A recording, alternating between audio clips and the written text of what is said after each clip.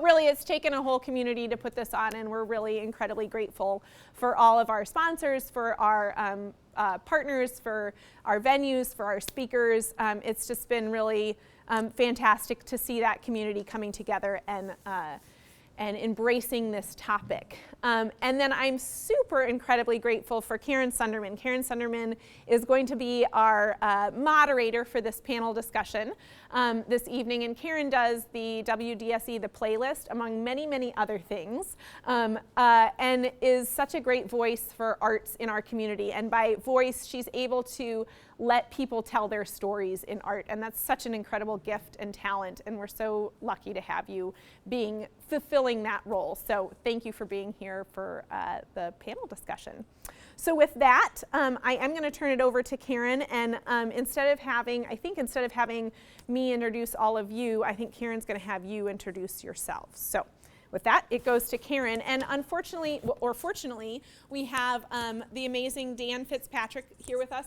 All of the series, for those of you who have missed the series, because we've done 6 of them and covered things as varied as the lift bridge in design, to how we embrace the cold, to how we provide a welcoming home for everybody and welcoming everybody's voice. So we have a really varied panel series. So they're all online. So Dan has been very gracious to video every single one of the panels. So those are all online. Tonight's will be online. And I started by saying, unfortunately, because we're going to pass this microphone around. So sorry for that technical piece. So I'm going to pass this to Karen. Well, I'm going to start by just asking how many of you have attended one of these 6 series? Raise your hand. Yeah, they've been great, huh? Way to go. Thank you very much, Annie, and everybody who made that happen, because it's been really cool. I made a hat at Bent Paddle once, and I met some really cool people. So I think that ended up being one of the most interesting things, is you get to meet other people and kind of interact and kind of figure out how they tick. And to that end, I'm going to have the panelists each introduce themselves and how they interact in the Duluth art world, and then give it a flavor, shape, or color. The flavor, shape, or color of your art interaction with Duluth. Because it can't be easy, right? Flavor, shape, color. Marshmallows and toothpicks. What was that? The marshmallows and toothpicks. Oh. At one of the events, we had to build structures out of marshmallows and toothpicks. I'm not making anyone build or make things tonight. I'm Mary Matthews, and I'm here as president of the Duluth Public Art Commission. I'm also treasurer of the Duluth Art Institute board, and I'm a fiber artist as well. So color, flavor, color, or shape of your interaction with the art world. Think about that. well, so my interaction would be fabric. So fabric, some sort of 3-dimensional fabric That passes. thing. What? That passes. Okay. We'll buy it.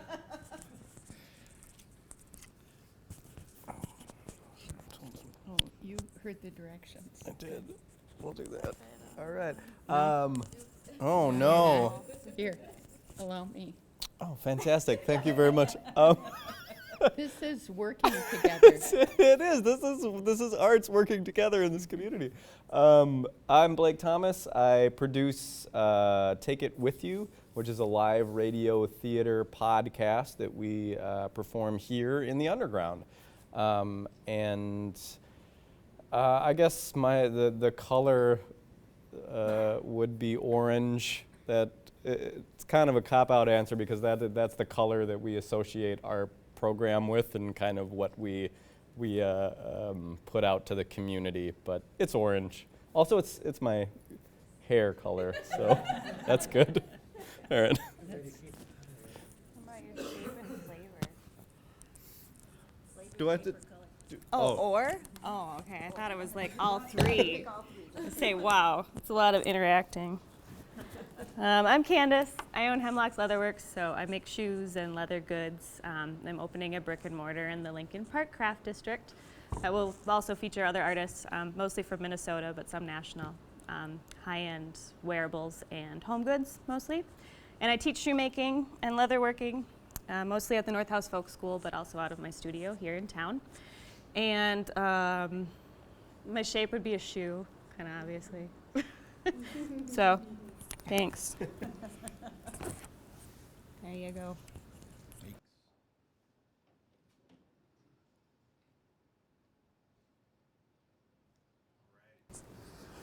My name is Jonathan Thunder.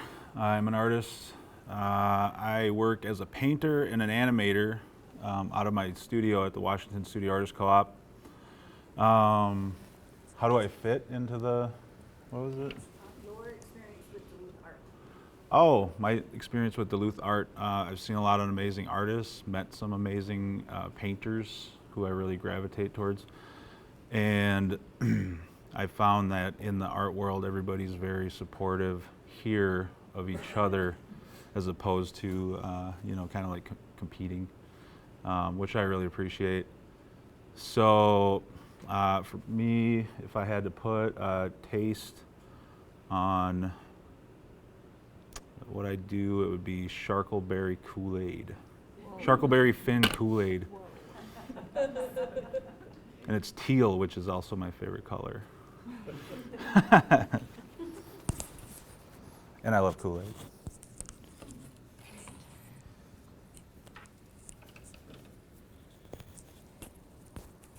I'm Ashley Kolka. I'm the grants manager at Arrowhead Regional Arts Council. So the state of Minnesota is divided up into 11 regions. I manage the grant programs in our region, which is the Arrowhead. That's a 7-county region. It's the largest geographic region in the state in terms of the size of it. It goes all the way up the North Shore to Grand Portage, all the way west to Koochiching and International Falls. Covers Itasca, all the Iron Range cities down to Aiken, Carlton, and also includes Duluth. So the arts community within Duluth is part of the community I deal with in my work, and it is where our office is based, but I also deal with the greater region. I moved to Duluth 2 years ago for the position from Itasca County in Grand Rapids. And if I had to put a shape to Duluth, it would either be long, a long shape, or I walk up and down the hill every day to work, so like a triangular shape, the hillside. There we go. Right. So we're going back to Annie then? Sure. I want to say my texture. So. Yeah, crunchy. Right. I'm Annie Dugan. I think most of you know me. I'm the director here at the Duluth Art Institute, and I have the amazing job of being also the curator. So I get to interact with really stellar, exceptional artists. And I think a lot of you have heard me say this, and sort of maybe are sick of hearing me say this, but I think we have, when we think of regional and local, and sort of we celebrate that in a lot of different contexts. We celebrate that in food and in shopping local, and I think I see my role as the arts in Duluth as really celebrating that and being an incredible cheerleader for local and regional, and the importance of sharing our own voice and having our own voice. And that's what we were trying to do with this series, and it's also what I try and do every day. And the texture I can't get out of my mind is David Short's moist. It's kind of awkward, which I feel like sometimes we can sort of be around here, but it also, to me, gets at that sort of, when it's moist, things have to interact and are sort of forced to do that thing, and things spread really easily, which, I think is maybe a good thing, but I'll pass it over to Karen. It works better if it's a conversation. Yes. So I wanted you to take moist or orange or triangles or Thinkleberry Kool-Aid and give it a how does location matter in your work, and does it matter? would you pick orange no matter where you were? Would you pick a shoe no matter where you were? Does it matter to be north?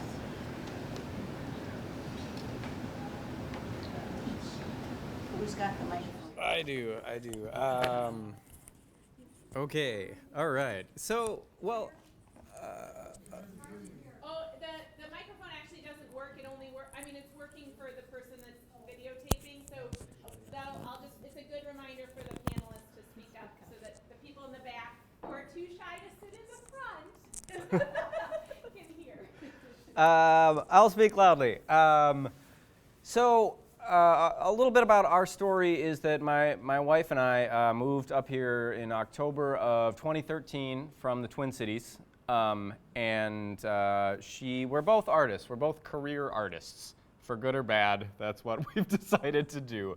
And so she was an actor, director in the Twin Cities, and I was a musician. And when we when we started dating, our art kind of came together. And so we started producing theater in the Twin Cities, and it was great. And we had these kind of burgeoning art careers that were happening, right?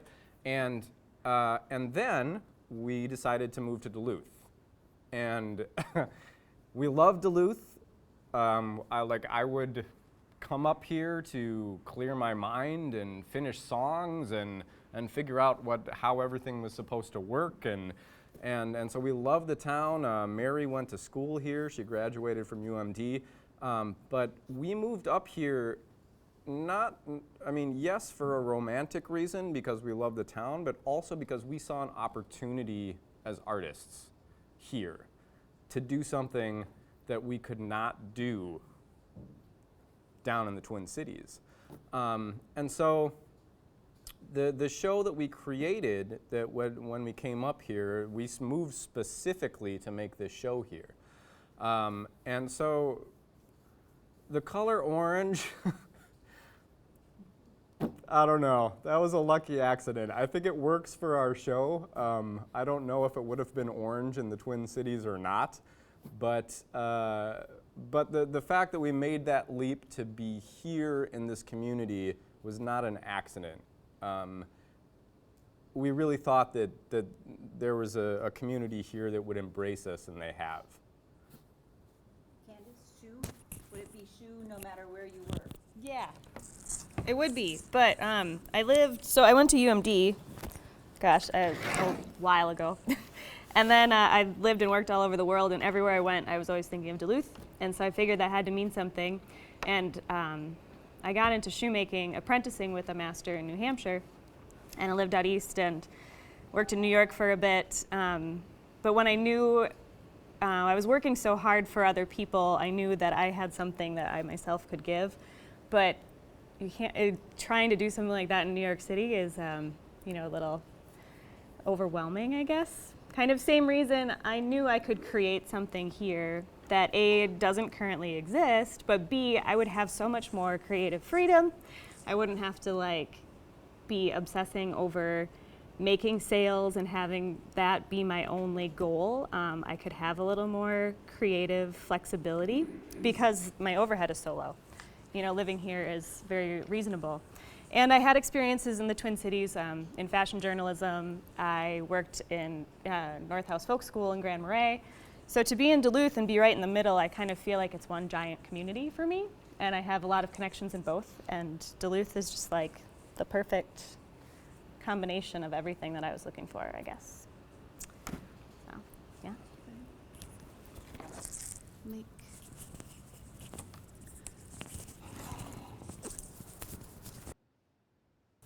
So I've worked with textiles since I was about 8 years old, and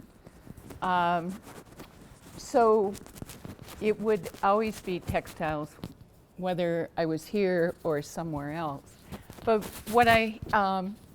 so one of my inspirations is Erica Mock, who's sitting in the middle of the audience, who I think is one of the most amazing textile people I know. I can help you out this time. You want to? Oh, okay. Yeah. You're going to hold it for me. Yeah. This is collaboration. I was, so I've lived in the region my whole life for my work life, and have been involved in the arts community primarily from an organizational perspective. My role as an artist has developed out of a sense of community, being in community with people who really inspire me.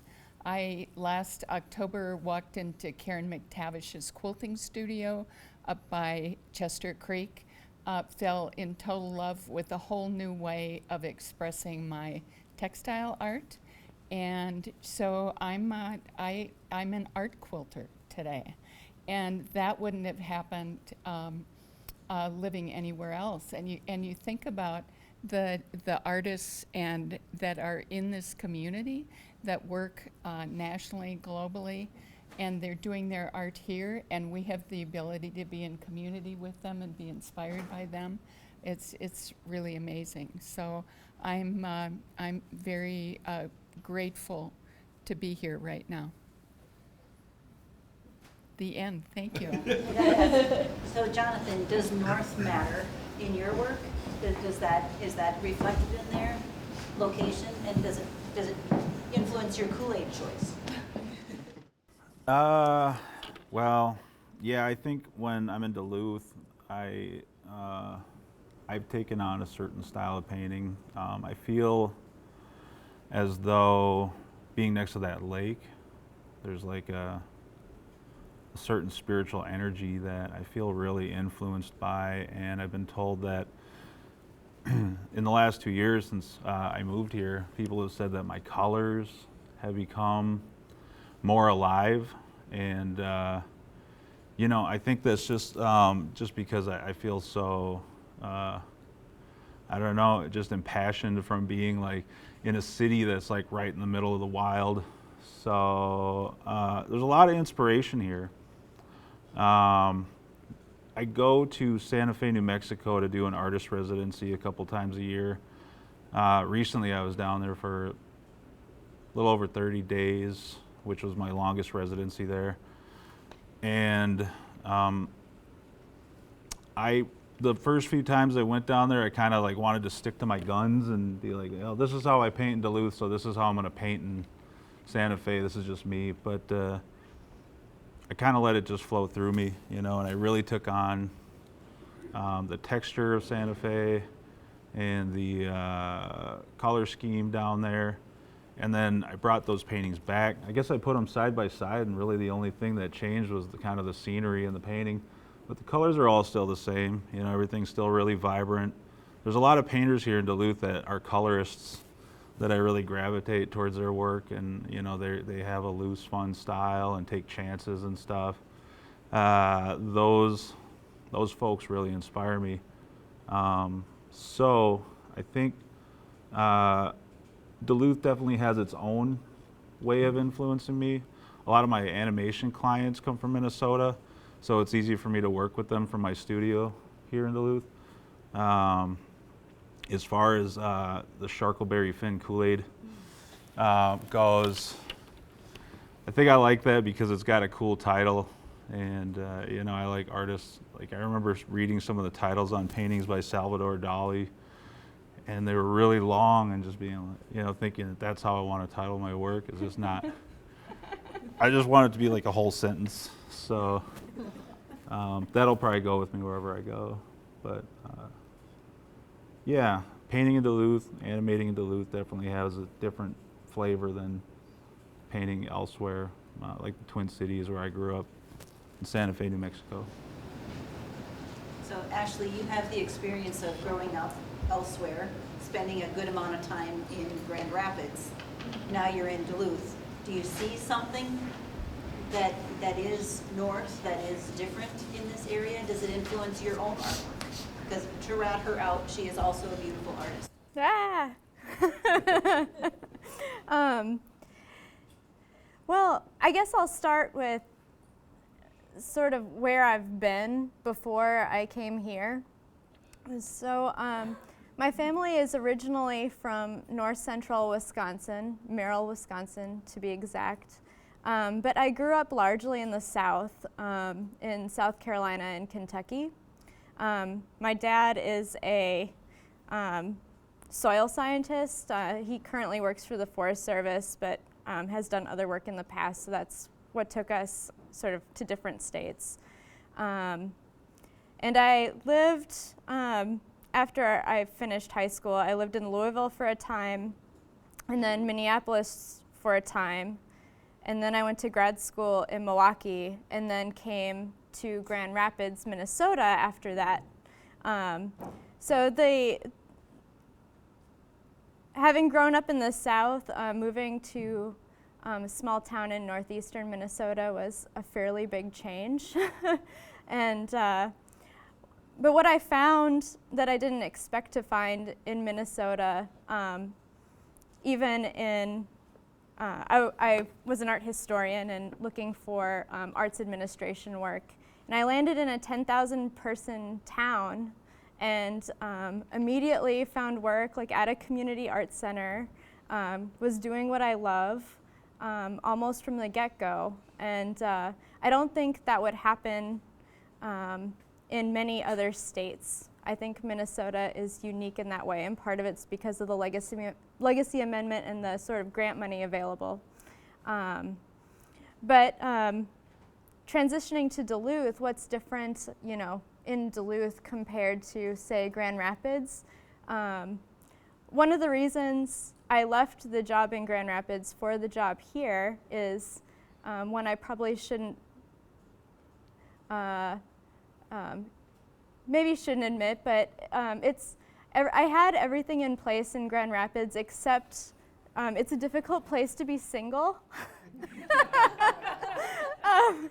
So that's sort of that piece of my life was missing, and I saw more opportunities because Duluth is it is our region's urban center.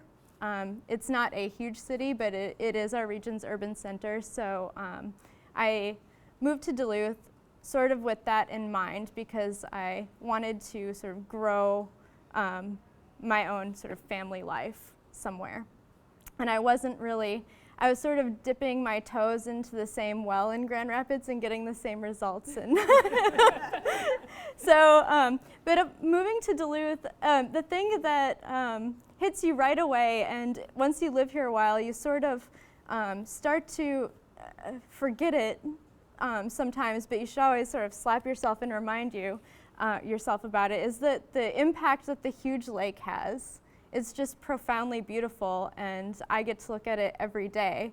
When I walk from my house on 9th Avenue East down the hill to the Fickers building for my job, I see this beautiful panorama of a Great Lake every single day. And that's the thing that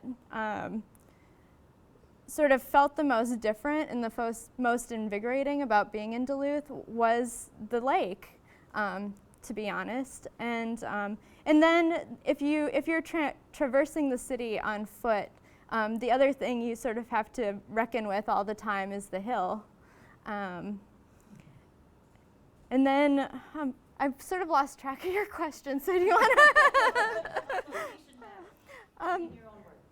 In my work, I think if you just asked me, I guess I am not self-aware enough to pick up on some of these things, but since I did happen to find a partner and I did happen to put all the pieces together, a lot of my friends have commented that my work is a lot brighter and more vibrant and happy looking since I've moved here. And so I suppose so. I think visually what inspires me when I think about making Duluth artwork is and my work is I'm sort of obsessed with buildings and the character of buildings and the faces that buildings have. When I walk down the street, I sort of take in every house and its unique characteristics. I try to guess when it was built, and sometimes I'll notice it has an especially nice face. And I really like looking down the hillside and seeing the patchwork of all of the rooftops. It's very striking visually to me. especially after being in Grand Rapids where it's very flat. And being from Kentucky where it's very hilly, I sort of appreciate having some, having that hill because it feels familiar. So good segue to a question for Annie. Okay, so what is the designer's role in a community? So the architects that design those houses that inspire you, what is their role, and what is the designers that are creating work in our community now, what is their role in shaping it? Yeah, that's a great question. And I think, when we say designer, and for this series, and I think in general, we cast a pretty wide brush when we said designer. So, it was people who made shoes and things and, sort of manufacturing design. It's people that we talked with graphic designers that determine the kind of visual advertising input that you're getting every day through billboards and print material. We still have print and and TV and with beer designers and spirit designers, and so we look sort of at a wide net of those things and of course architects too, of how you're experiencing the world, what you're wearing, what you're interacting with, and I think that a refrain I heard over and over is, partly because we were working with artists and designers that were looking at specifically Duluth, but it did seem that they were drawing from this natural surroundings into their work. So there was, certainly language that they're taking from the lake. I mean, I think Ashley and Jonathan said it really eloquently, and that's something that I hear over and over from designers as well as over and over from artists. And I think that that sort of congregation next to you feel that pull. I think everyone feels it, but I think artists are able to express that pull of the lake in a really amazing way as well, for how we view Duluth. So how about, and you guys, how do you see designers influence this place, and perhaps what's missing? Cool. I actually would say what's missing, before we pass it over to other folks, is, and again, I think maybe people have heard this from me, is the we have an amazing group of designers, amazing group of artists. I would love to see, and I think Dana and I have talked about maybe the next project for the Art Institute is to work on people who are writing critically about art and design in our community, the sort of the self-reflection back on ourselves, that we need that critical piece to keep moving ourselves forward. But Jonathan, guess what? You're holding the microphone. Musical chairs. Designer's influence, and then what's missing? Well, okay, so every once in a while I'll do a workshop and I'll work with youth, and the ones that want to be artists, the ones that say that they're interested in actually going on to a career as being an artist. I have a dangerous habit of telling those kids to follow their dreams. One of the things that I like to tell them is that if you work hard at being, a designer or an artist, there are the people with the money to put together, our community, and those are the ones that are going to pay you to make it look cool. So for me, I feel like designers create the face, the face of all these entities that are around us. Like for me personally, I do branding. As people, approach me for logos, maybe they're looking to update their company. Like right now, I'm working with 3 different companies in town that one's a horse farm, one's a large corporation or company that they kind of handle, like people who can't take care of themselves, and the other one's a small business up in Hermantown. and they were all looking to rebrand because their logos were outdated, their branding was outdated. They didn't have a copy of their original logo that wasn't like a Xeroxed PDF from 1960. So I get to step in, you know, and kind of help these people design their, redesign their company, and that's going to be the face of their corporation. So I feel like designers are the people that get approached, and they get to say, well, what should our company look like? You know, and that's us. You know, whether it's an architect that designs a building, or the artist who gets to put the colors on it. You know, I feel like we're kind of in control of how the city looks. So I think Duluth is in a really good place. Since I've been here, I felt welcome by all parts of the community. I think, you know, like galleries always seem kind of inviting. I've talked to folks at the Tweed. They seem really open. I work with people at the, let me see if I can get it right, the American Indian Community Housing Organization. Michelle LeBeau, who she works with a lot of artists and has shows at Trepanier Hall. And I think everybody really has an open door policy.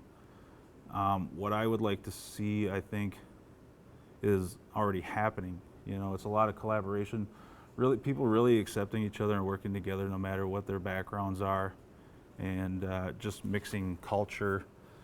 I went to a no, it wasn't a workshop, it was like a meeting at City Hall 2 days ago, acknowledging this study that talked about the influence that the indigenous population had on the building of Duluth. And the people in the folks that were sitting on the City Hall side of things called it a historic event because they said that, you know, it was like Duluth had been in a state where they were kind of not denying, but like it wasn't apparently acknowledged that there was a lot of influence here from the indigenous community as Duluth was being built. And they were really happy that this is happening now because it's something that, you know, is not only healing, but it's very exciting, you know, that people are becoming more open now to kind of like coming together and meshing, and, you know, that just adds to the Kool-Aid, that just puts more flavor in it. And it's, you know, I got emotional being down there. I was really excited. So, like I said, I felt very welcome. You know, I just put a bunch of paintings up at the Zeitgeist Theater or Arts Cafe. And they're really, you know, I'll admit it, you know, my work is, it's not for everybody, but they had open arms. And, you know, when I put it up, I was a little nervous about how everybody would react to it. But I think it was really well received. Awesome. By the way, I think. Oh, you saw it? Yeah. Thanks. Oh, Yeah. It was in the paper today too, I Yes. believe. So Thanks. Pick up Yeah. on. So, you know, I feel like that's something that Duluth is like. I felt really proud to be in a community that would, you know, like take some paintings like that and just say, "These are great. Let's show them." You know, and so yeah, I think we're on the right path. I think if we can just continue down this path, you know, with that kind of mingling, that'd be great. So Candace, this might be tough. 'Cause What? Designers, Yeah. which you are, Uh-huh. and where do you get, you know, how does this influence you? How do you influence others with your design? And then what's missing? Oh. Other shoemakers. So same question. I thought you were like surprising me with like a pop. You were like, this is gonna be hard. Oh, okay. Yeah. No, I've been really fortunate. So there's like all this cross promotion that happens in Duluth, which is really awesome. So I've been commissioned by several local businesses to make them very specific leather goods that, you know, don't exist, or, you know, they've seen something elsewhere, or they've dreamed something up. And so that's really fun for me to kind of like put that out into the world for them. And then clearly like my aesthetic and my brand or what have you is influenced by this kind of like northern theme that we have here. But God, what's missing for me is diversity, like so much. That is like the hardest thing for me about living in Duluth. I love everything about living in Duluth except like some days I just get so incredibly bored. It's like living in the movie Groundhog Day, you know, because it's just like you see the same people, you go to the same businesses, which is amazing. And I love that about our community. And there is like this close-knit thing that happens. But like, yes, we're all inspired by the lake and we will forever be inspired by the lake. But there's like this whole world out there that could be very inspired by our lake. And I would like to see a lot more opportunities to bring in national, international artists, artist residencies, hostels, affordable, like short-term housing options, programs in Duluth that say like, whoa, look at this incredible landscape that we have and this very vibrant, supportive community. Come take part in it. You go to Santa Fe, you get inspired by Santa Fe. I feel like there could really be something built in Duluth that would like just explode nationally because people come here and their minds are blown. Like it is so gorgeous and the people are so nice. And we do have such great things to offer. So part of my like long-term goal of when I moved back to Duluth was that I did want to create an artist residency. And I think to bring people in and have that diversity and have that like kind of freshness happening would be really exciting and would make my job as a designer easier because you're being challenged and you're questioning your own aesthetics rather than just like, this is pretty and I like this, you know, which is nice, but it's kind of fun to shake it up a little bit. Where do you go to grow? Yeah. Right. So what do you think? What do you Blake? think? Designer, creator, you know, your influence on the community, and then what's missing? Yeah, well, I loved all of that. It's an amazing community as an artist to be in because the community embraces its local art so much. And I don't know that I've been lived in a community that really does that to the extent that Duluth does. It's inspiring, it's amazing. But then the problem is it is a small town in a lot of ways, and it's that Groundhog Day thing. And so, for instance, my wife Mary is an actor, and from time to time she goes down and spends months acting in Minneapolis, and the reason being is because they can pay her to do that. There's no theater company up here that is able to pay her to act in the way that she needs to be compensated for that. And so, I know that like art and money and business are always just are always at odds, and it doesn't need to be that way. And I think for me, one of the things that's so bizarre about art that we don't think about all of the time is that it's just all around you always. If you go into any commercial establishment, there's music playing on the stereo all of the time, and you don't even realize it. It's just a part of what you do, right? And so in this community, we do embrace art. We do. The community is amazing at embracing the art, but then how do people get paid for it? Because the being able to say that like we love it, it's wonderful, only goes so far before the people that want to be here have to leave. So how do we keep everyone here? How do we get people paid?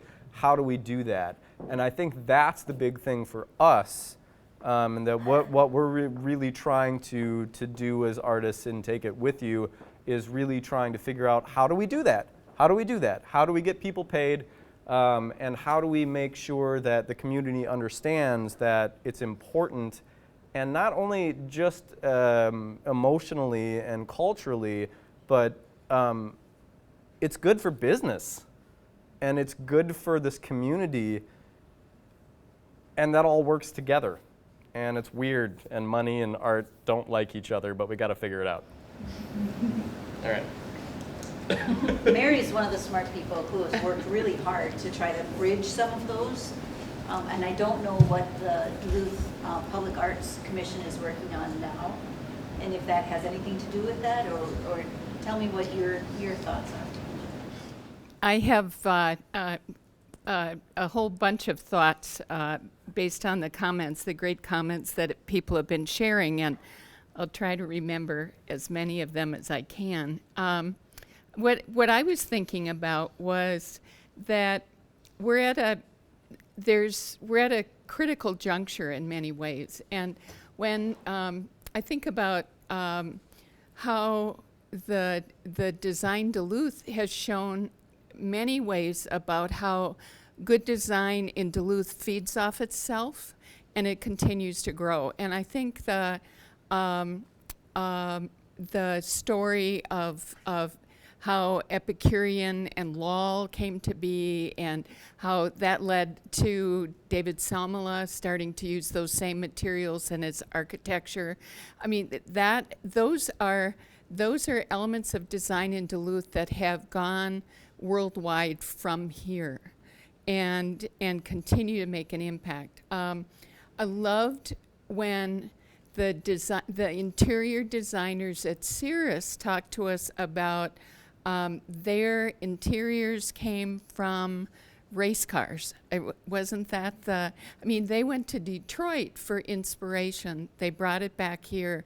That design goes into planes, and it goes worldwide. And so there's something that happens when you have an environment where people begin to design together, either on similar things or design in an environment, and it continues to grow. So this morning, I was like the first one shopping at the pop-up store this morning, and the new intern at the Duluth Art Institute goes to UMD, wants desperately to be able to stay in Duluth, and he's a journalism art design, and he hopes that he can stay here. And what I've observed over the last 10 years that I've been living in the city of Duluth is that there's more and more effort to create places where creativity and the creative economy begins to grow. And you think you're moving into the new Lincoln Park Crafts District. I mean, 5 years ago, did anybody in this room think there'd be a craft district in Lincoln Park? But there is today, and there's even more space and more opportunity for more to happen. When did the first craft beer start? When I think it was probably Lake Superior Brewing might have been the first one. And who, when they started, was thinking this could be like the craft beer capital. But there's synergy that happens, and the more of that occurs. So what's missing, is places where it might be more Washington studio spaces. It might be more, one of my favorite places is Asheville, North Carolina, and they'd converted old textile mills to art studios, and there's hundreds of artists in a couple of block range, and people go there and they spend money. And there's incredibly high quality artists there, and they're all together. Much of what happens in Duluth with artists happens people working it out of their house, or except for new places like Lincoln Park that are starting to emerge. So how do we get people out of their houses into studio space where they're working together and or working in proximity, and they begin to feed off themselves? I talked about becoming an art quilter. If I would never want to do that at home in my own place, because there's a lot of people with long arm quilt machines in their basement, and they're working in isolation. What I get from 5 minutes standing in the quilt studio is a whole lot of inspiration that I would never get in myself. So I think we need more places, not only where people are selling their work, but also where artists can work. So you asked, what's the Art Commission working on? So we're at the end of an art and culture plan for the city of Duluth that looks at the role of the Duluth Public Art Commission and thinks more broadly about what is public art. And public art today is art in public places. I mean, we have lots of statues in the community, but public art is also parades. It's fireworks at the 4th of July.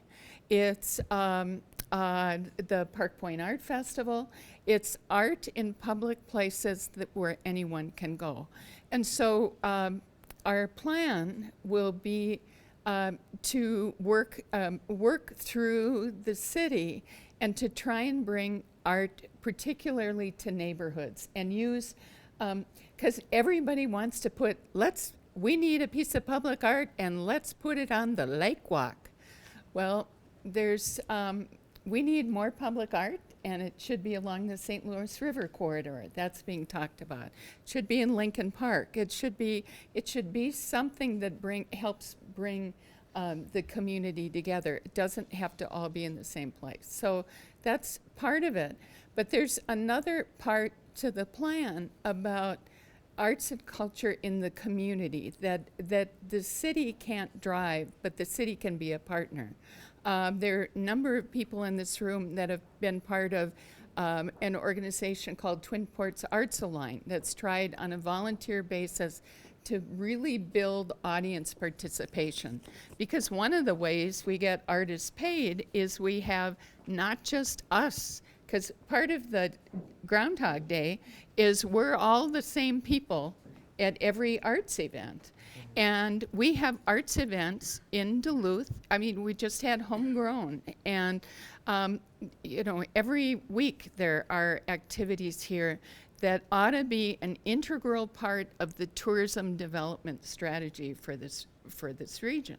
And so the way we generate more money in the artist economy is to bring more people into audiences and grow them, and that's how we build our artist economy. The Minnesota Citizens for the Arts did a study, and I didn't look up the number, but just nonprofit arts organizations in this community generate like well over $30 million of economic impact. 40. 40? That's just Duluth. That's just Duluth, and that's just nonprofits, arts organizations. That's not galleries. That's not actual work that artists do. So we're hoping that there's going to be another study that looks at it more broadly, because when you think about economic drivers in this community, part of what's missing is recognizing art as a critical economic driver in this community. And as we recognize that more, as we build arts into tourism promotion and regional promotion, that will build that economic impact, which means that there's going to be more money. Because ultimately, artists do want to get paid, and but artists have to think like business owners too. So that's another piece. It's the collaboration piece. It's the collaboration. And what role do we play in that? I mean, that as far as is there another committee? Is that the answer? Well, so we need an organization in Duluth that represents artists and arts organizations that can speak as one voice and do audience development. And the city would be a partner, but the city's not going to do it because that's not long-term sustainable. But it is critical that artists and organizations and individuals in this community come together, and we'll do something in the next 6 months to try and see that that happens. But we need a sustainable organization that can really work on artist development and speak as a voice. Because now, what do artists need? It shouldn't be developer driven. It ought to be driven by the people who are going to use the space. It ought to be a voice, a unified, collaborative, coordinated voice that can speak for the arts community, and begin to see some of these things happen. So, Does that help at all? Like, I mean, is that already in your brain? Is that already kind of like this is? Absolutely. I mean, all of that. I also think that, you know, this is why the arts is such a fickle thing in a way too, though, because like to be an economic driver for this community, the art needs to be great, right?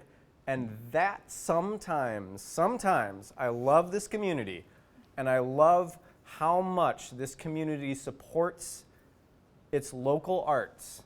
I absolutely love it, but sometimes I do feel that there is a little piece of it that it's just like, awesome, way to go, you did it, right?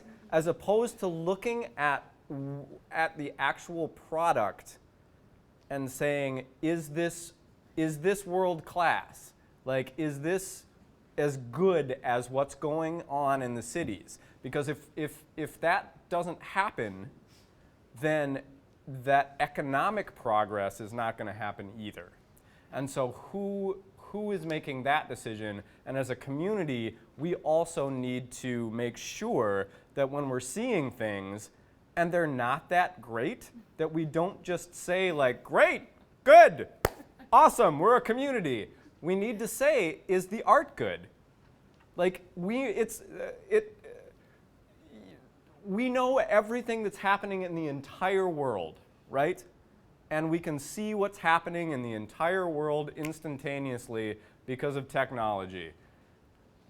Let's make great art. Let's not just make good art that the community likes. Let's make great art that the entire world likes. I don't know. I'm trying, Blake, I'm trying. No, we're all trying. I'm just saying. I think we need to check ourselves in that way too, to say like, is it the best that we can do? Is it? And who? Yeah. Anyway. No, go on, sorry. I couldn't agree with you more. Yeah, I don't know. Was there a question? How do we move forward with making sure people can make a living making art? Yeah, don't is make the big crap question. like you know. Right, or if you're gonna make crap, make it the best damn crap in the world. Yeah, no, again, yeah, I completely agree with them. Blake, and when I started my business, I just wanted to live in Duluth, but I thought that my business model was that I was going to have to continue to travel nationally to shows. So like, you know, I do shows in San Francisco and Chicago and New York, and yeah, and it was great and it was working. But I was just like, the most surprising thing for me was how the community, like people like wanted to buy my stuff here. And so that was really exciting for me. And so the fact that like it has progressed from, yeah, I'll just like have a little studio in Duluth and I'll travel around and, you know, and people will know that I do this thing, but it won't be like a Duluth brand. But then it just became this like beautiful beast that I was not expecting.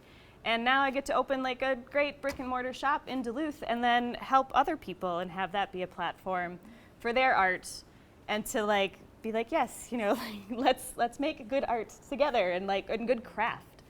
And yeah, like I'm really excited about the craft scene here in Duluth and that Lincoln Park Craft District.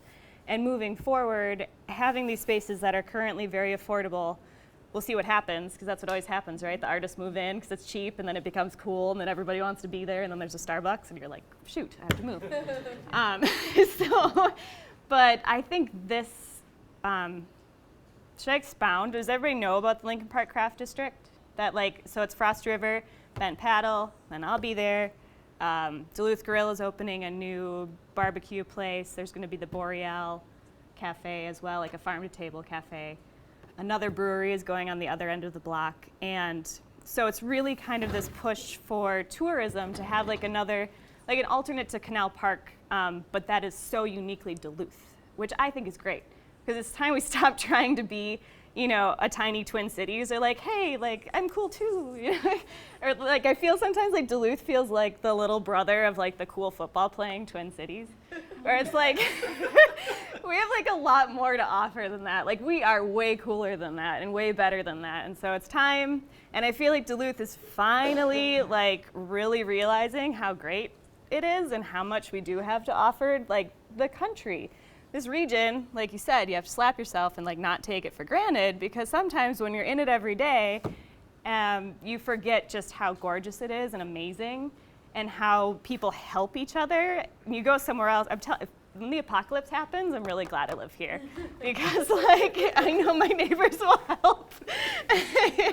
So yeah, I want to see people like embrace our Duluthness and make really good things, and make the like city of Duluth known for like great quality and people that care about what they're creating and putting out there.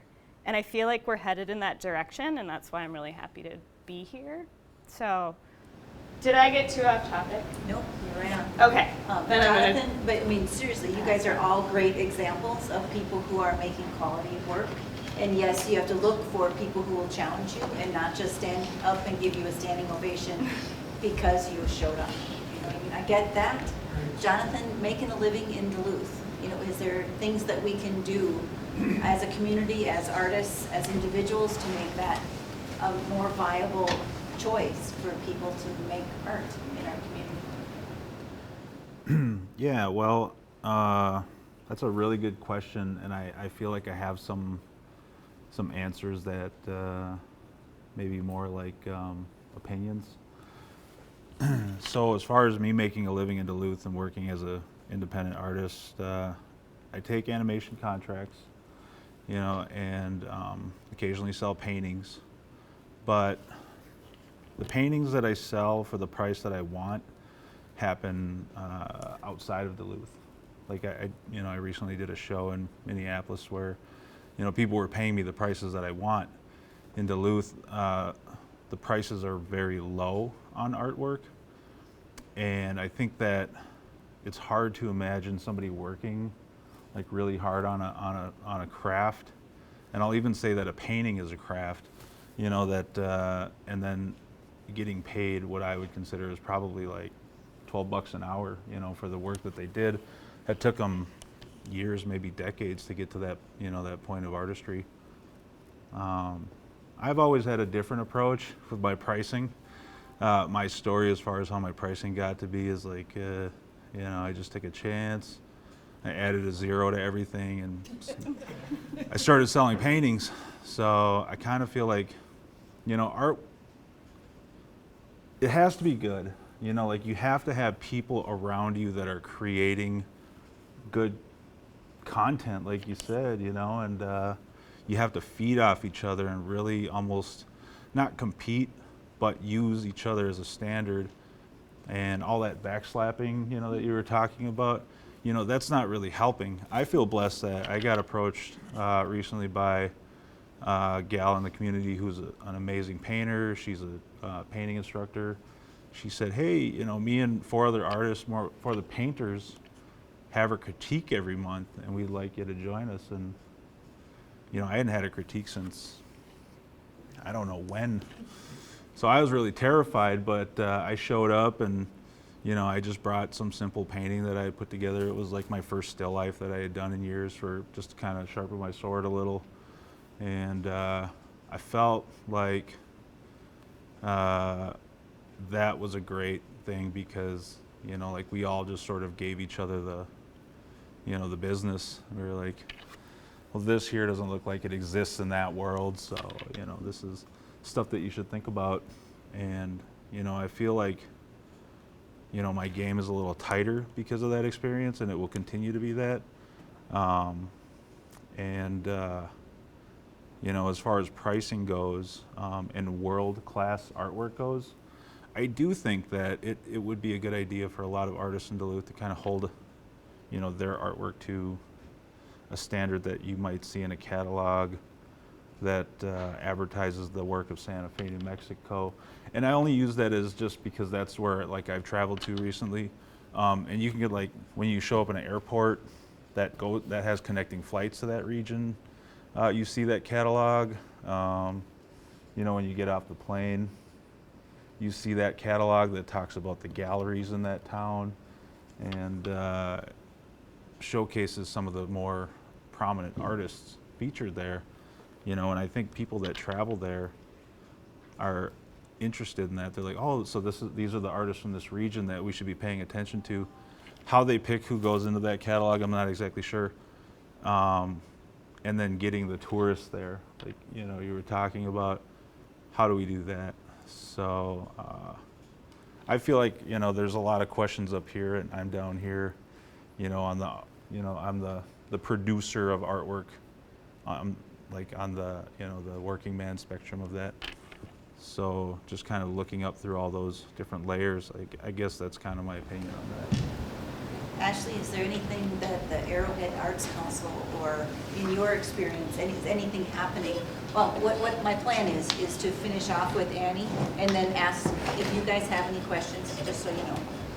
It's already 8 o'clock, so I don't want to keep you hostage, but I am, the whole idea of trying to make a living as an artist in Duluth and grow the audience and not produce things that aren't of quality.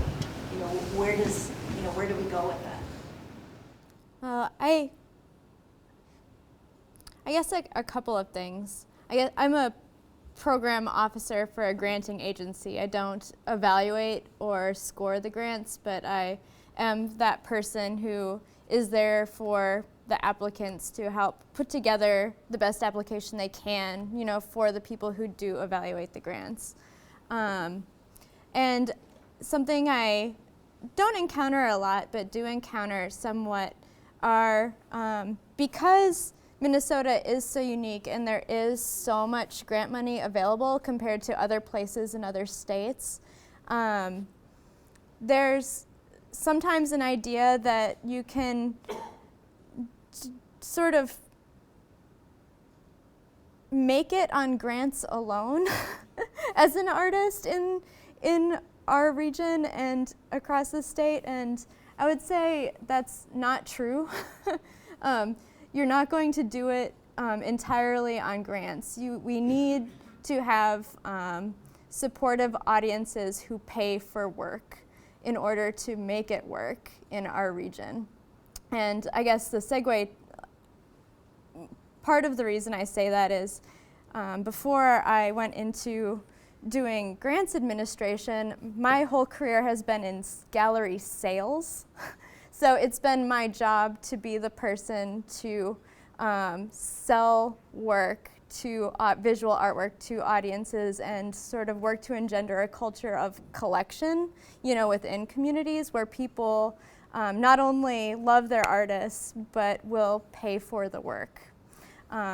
So I think that's a piece of the puzzle that sometimes gets lost, or maybe it doesn't get lost, but in my universe, which is all about grants, I sometimes lose sight of. So that's my 2 cents on that. Was there a second part that I missed? I think that is a good 2 cents. All right. That people Yeah. are willing, and then also cultivate the Yeah. audience that is willing. And I love the idea of having tourists, and I love going down to Canal Park and watching all of the tourists come through Duluth, and it feels really great. But I think, too, what shouldn't be lost is we shouldn't expect, you know, it to just be on the tourists. I think, you know, within our communities, within our neighborhoods, we can engender more of a culture of paying for work, you know, within the community that is here. And yeah, so that was my comment on that. Annie, you get the last 2 cents. Well, What are your I'm thoughts? actually, my last 2 cents is I think the panel said it better than I could, so I am gonna open it up to the audience and see if anyone has questions for the Karen. Thank you. Candace mentioned a artist arts and residency program. What would that look like? And would it be trying to attract national artists, and for how long? And Yeah. what kind of studio situation would you see for them? Well, I see as like part of my business is like expanding my studio into having a space for someone to come, stay, use that space, teach a class, give a lecture, show their work in my shop. It could be a week, it could be, a few months. And an example of collaboration is that I was gonna actually corner Candace after our panel, but now I'm gonna corner her now in front of everyone publicly. And so in addition to all the businesses that Candace mentioned, the Art Institute has 40 ceramic artists that are housed in Lincoln Park. And we have a studio space that we did a trial artist in residence this year with Sarah Brocky. And we're looking next year to actually make it specifically craft-based artist in residence program. And so I was going to say, let's talk about how that would look as like a Lincoln Park Craft District artist in residence. And sort of, so it was like you were talking, I was like, oh my God, I really need to talk. And I mean, I feel like that's a lot of times how things happen is like, I run into someone and those kind of conversations start. And that's the beauty of a small town, is you can have that fluidity and flexibility to go forward. So we have now talked to each other. The seed is planted. Yeah. To take Blake's point, if you want great art, what you absolutely have to have, is a viable critical presence. You need good critics. You need critics that are going to talk about the art and not just praise it just because somebody had the guts to put it on the wall. You have to have somebody that will show where the art's going, and especially in terms of this wonderful environment we're in, the critic has to be there. And I don't see a lot of that in Duluth right now. I think it's starting, and I think, Tim White has written for MN artists, and, I think but I completely agree with you and think that there could be a lot more writing about art. No, Tim and I have talked about this before. So. Yeah. Well, and we lost Ann Klefstad. Exactly. The News Tribune, and that was a huge loss.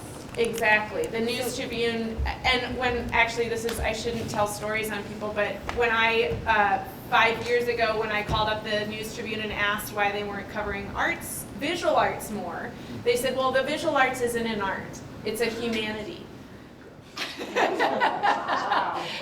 So, I think we've come a long way since then, but still, we need, I think they recognize it now as a visual, as an art, but, yeah. High-speed internet, low cost, makes this place worthwhile. We don't have it yet. Almost have it. We can't communicate with the rest of the world. The rest of the world is going 24 hours a day, and sometimes because of our sun angle, we work 4 hours a day. There's things that people have done at Art Basel, Art Chicago, Art Palm Beach, Art Austin, Art Crank. Anybody remember Art Crank, the bicycle thing, down in Minneapolis, and the thousands of people who showed up there for that? You need to have that ability to see what everybody else is doing, and letting them being able to see what you're doing, and in an inexpensive way, and that is through a virtual catalog and things like that. We have several artists in the Twin Ports who renting space in Minneapolis lofts so they can sell their art because they can't afford to sell it here, sculpture especially. One of my friends moved down, has his loft down there, and sold a piece of art to the new director of the Guthrie, and added 3 or 4 zeros onto it. And he says, now I'm selling my art for what it's worth. He said, I cannot sell it up here for what it's worth. So this is a beautiful place, but you can't afford to live here and be an artist, but you can't afford not to live here and be an artist. There's a lot of other competition. There are copyrights, patents, and trademark issues. You've got to be astute at what those things are doing. And that's, like I say, high-speed internet. PBS did a nice article a couple weeks ago about the small towns. The husband and wife took an own plane. And Asheville, North Carolina was one place they went and showed. Well, they focused on here. Then they focused on here quickly and then kept on going, but they actually did stop off here and show what we could do. And so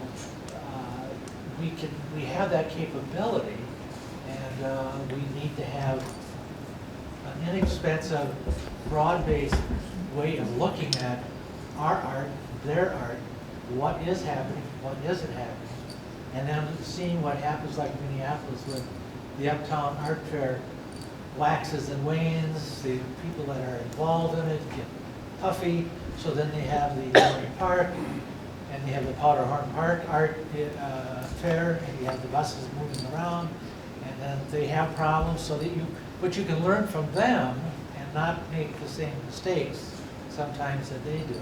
But when they tried, and I think Ness tried to get high-speed internet here, really has high-speed internet, and a virtual internet, so that you can hear and be communicating with people all over the world, 24 hours a day, understanding what they have.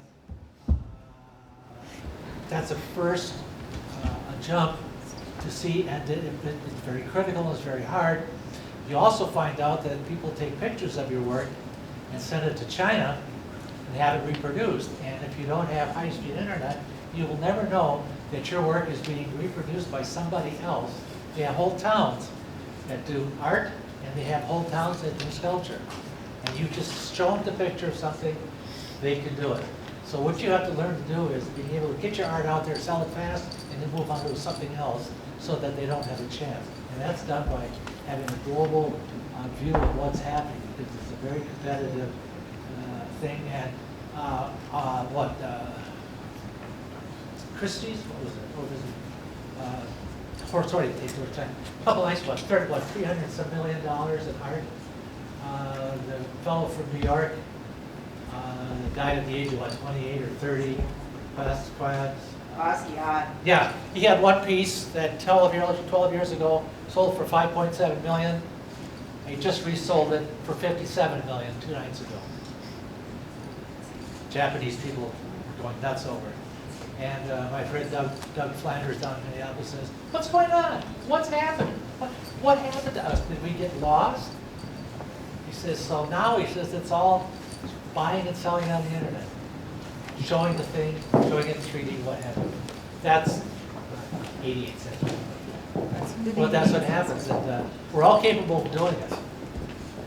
And, but the town or we don't have that fiber optic cable coming up here to take care of it.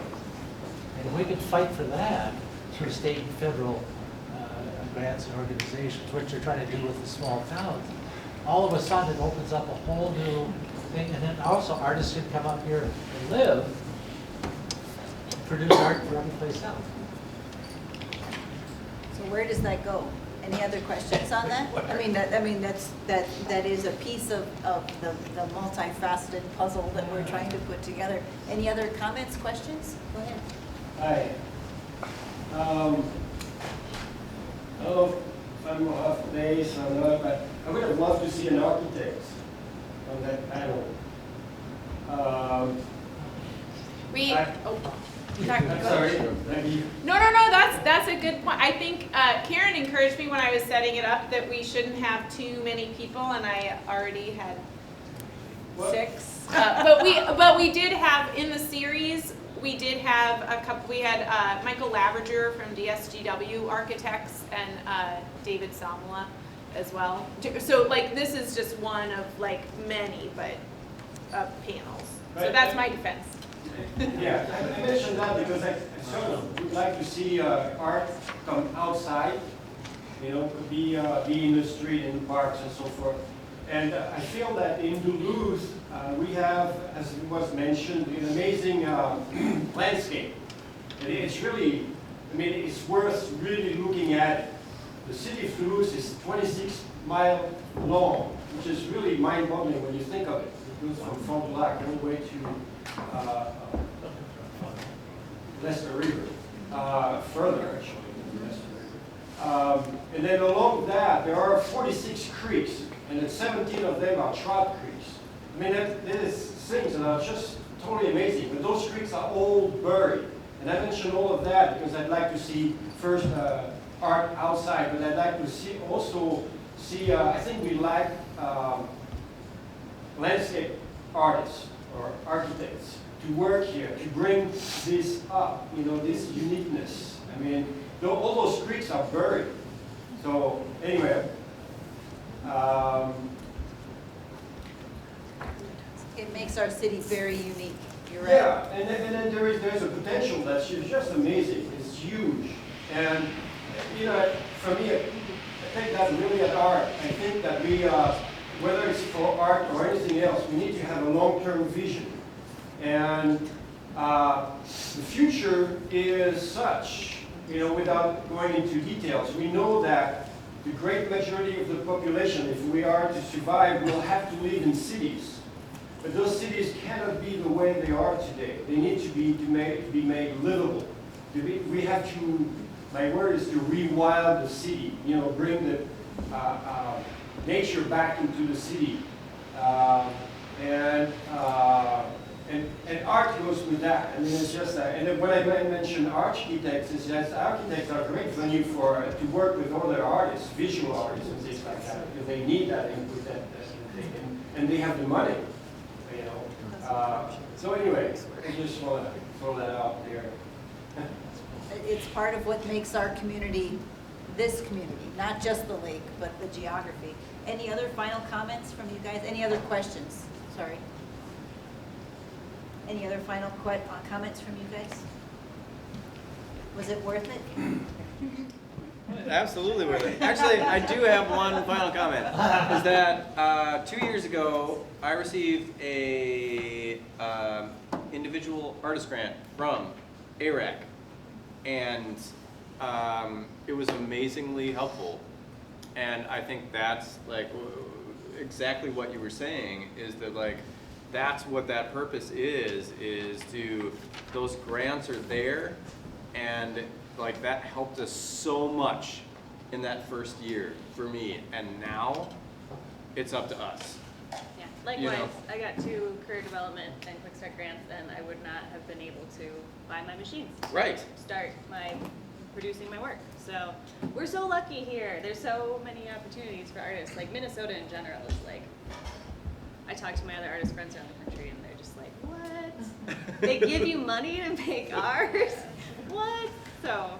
But at the beginning, and then after that, it is like you have to produce something that, you know, that needs to be sustainable on its own. Well, grants provide self-validation. Somebody understands, and then it's a self-expression. So, well, somebody actually, I was able to put together a piece of material that they see as something worthwhile, not just myself. Yeah. And so then you self-actualize from that self-validation. And then it can keep, as you said, it keeps rolling you along, increasing that extra energy. And that's wonderful. Sure, absolutely. We're so lucky. Thank you. Yeah. I just want to thank Annie and the Duluth Artists.